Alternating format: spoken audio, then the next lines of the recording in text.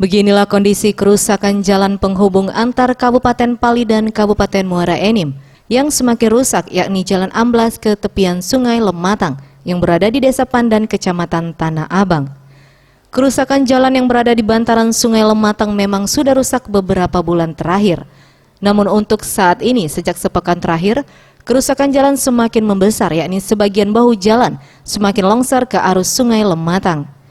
Pada titik jalan yang longsor kerap menyebabkan kendaraan roda 4 yang hendak melintas harus terjebak lubang, sehingga terhambat dan harus menunggu kendaraan yang terjebak bisa keluar. Dan menambahkan untuk jalan lingkar yang telah diupayakan pemerintah, untuk saat ini belum dapat dilalui. Ini kurang lebih udah 1 tahun, tapi yang paling parah ini sekitar 1 bulan 2 bulan terakhir inilah.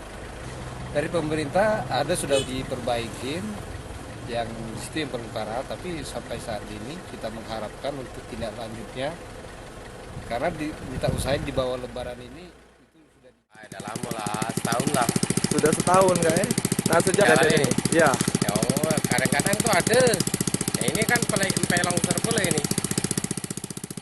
Warga Desa Pandan berharap adanya upaya cepat pemerintah untuk mengatasi permasalahan ini, karena jalur poros Pali-Palembang merupakan akses vital masyarakat keluar dan masuk Kabupaten Pali.